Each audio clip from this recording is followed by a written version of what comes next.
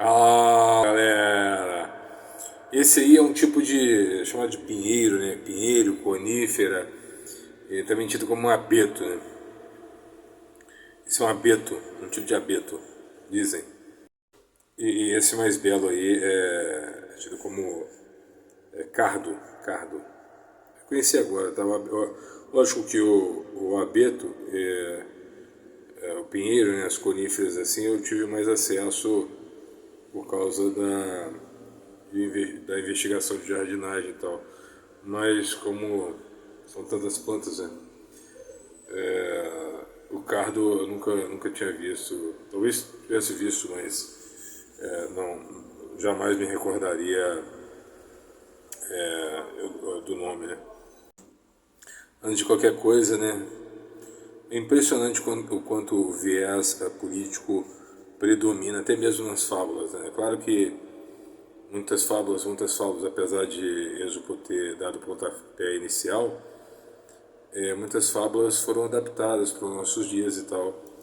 E até com um tipo de moralidade semelhante a outras, mas com um enredo diferente, ou um enredo igual à moralidade adaptada, como eu já disse, muitas vezes com tendências até mesmo políticas, né, por trás.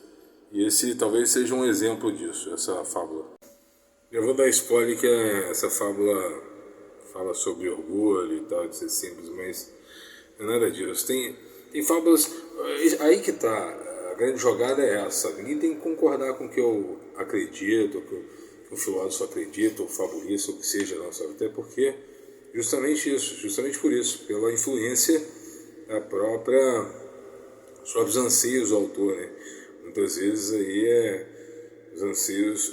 Lógico, um autor que sempre estuda e se dedica a temas políticos, ele sempre tenderá a levar as reflexões, né, no âmbito geral, para um ambiente político, mesmo até inconscientemente. E se isso é uma falha, se é intencional ou não, se há um desejo escondido, a gente nunca vai saber. O que existem são pistas e tal, e é por aí. Então, só para deixar claro aí, o abeto ele serve para madeira, deixa eu ver, madeira, resina, óleos essenciais, proteção contra o vento, árvore de Natal, instrumentos de corda, instrumentos de, vamos lá,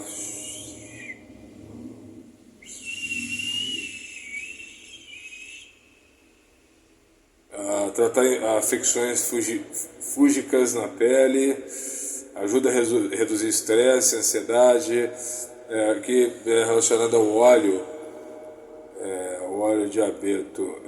Alguma descrição mais específica aqui? Tem algumas descrições aqui a respeito do abeto. Lógico que o abeto que eles estão falando talvez o mais, lógico, mas faz parte das coníferas também, né? Eu chamo de abeto coreano, mas tem aí o mais conhecido talvez seja usado para árvore de Natal mesmo, que é esse aqui. Nós estamos falando, eu estou com a imagem do cardo e falando sobre o abeto, mas não importa, só mais uma vez. Agora sim, estamos falando sobre abeto. Então a fábula começa falando sobre isso, mas aí tem um desfecho curioso. Agora sim a imagem do cardo aí e as dicas aqui na colinha. Usado para tratar e prevenir doenças hepáticas como cirrose, hepatite C, e para ajudar a controlar níveis de glicose no sangue e tal. Ou seja, não é uma planta inútil, né? Mas a fábula ainda não chegou a sua conclusão. E aí, agora vamos para a fábula. O abeto e o cardo. Competiam entre si um abeto e um cardo. O abeto, vangloriando-se, dizia, abre aspas, sou belo, alto, de bom porte, sou útil para todos os tempos e para navios. Tem isso também, serve para construção de navios. Como é que você ousa medir-se comigo? Então Cardo disse: se você se lembrar dos machados e das serras que te abatem, também vai preferir ser um cardo. Tem aquela, em síntese, né, quanto maior o cargo de confiança, maior a cobrança, quanto maior É claro que eu vou usar o auxílio, que ninguém... Eu sou tão sagaz assim, nesse nível, mas eu tive que lembrar aqui. Quanto maior a queda. Tem esse também. Tem o orgulho precede a queda. Essa também. Tudo isso compõe a fábula, sabe? A fábula, justamente, ela serve única e exclusivamente para entreter e gerar uma memória num certo nível de, digamos, facilidade, de simplicidade, que possa fazer com que ela transcenda ao tempo. E qual que é o objeto? Qual que é o objetivo de transcender o tempo? De trazer para o maior número de pessoas e ultrapassar o maior número a maior quantidade de tempo com essas expressões, esses provérbios aí. Quanto maior a queda, o orgulho precede a queda, o orgulho precede a destruição, a arrogância precede a queda.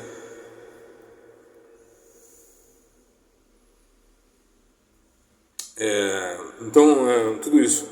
E aí, na voz aqui do autor aqui, só voltando um pouco mais, então Cardo disse: se você se lembrar dos machados, das serras que abatem, também vai preferir ser um cardo.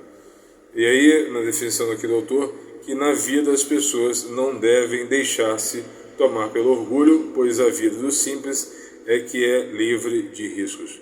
Mas aí a pergunta é: será que alguém, por medo de fugir desses riscos aí, teria mesmo que aceitar a simplicidade só pela falta de coragem, sabe? Então imagine se todas as pessoas continuassem na sua zona de conforto, né? O quanto isso não faria mal à sociedade. Sabe? Justamente pelo nível diferente de coragem das pessoas e grandeza, capacidade é que uma minoria, né, infelizmente, ultrapassa esse senso comum aí, dentro do anseio da autora, e galga aí, né? Mas tudo lógico, né? Todo cargo de confiança, quanto maior for, né, mais aumenta o nível de pressão, mais a cobrança, mais a responsabilidade e tal. Isso é comum na vida, sabe? Então, assim, parece que o conselho que a autora tenta passar, e aí agora eu falo, entre outras coisas, né, sobre a autora Maria Celeste Consoling. Ela, no livro A Tradição da Fábula, ela vai um pouco por esse viés, que acaba inevitavelmente caminhando para um lado político, mas que trata justamente disso, de tentar, ao invés de instigar, mesmo que a duras penas,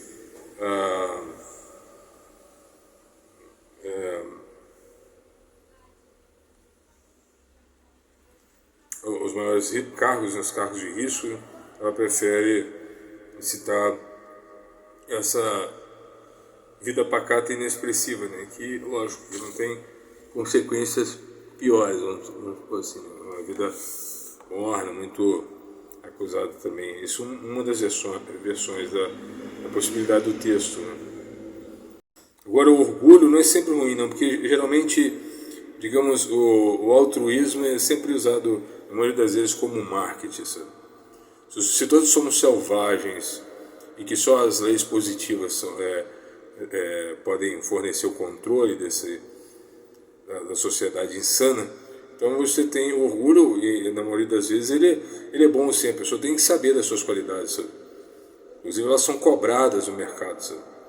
Agora, nessa ilusão aí que os comunistas criam, né, contra o capitalismo, eles tentam vender que essa autoestima é pejorativa e tal, etc.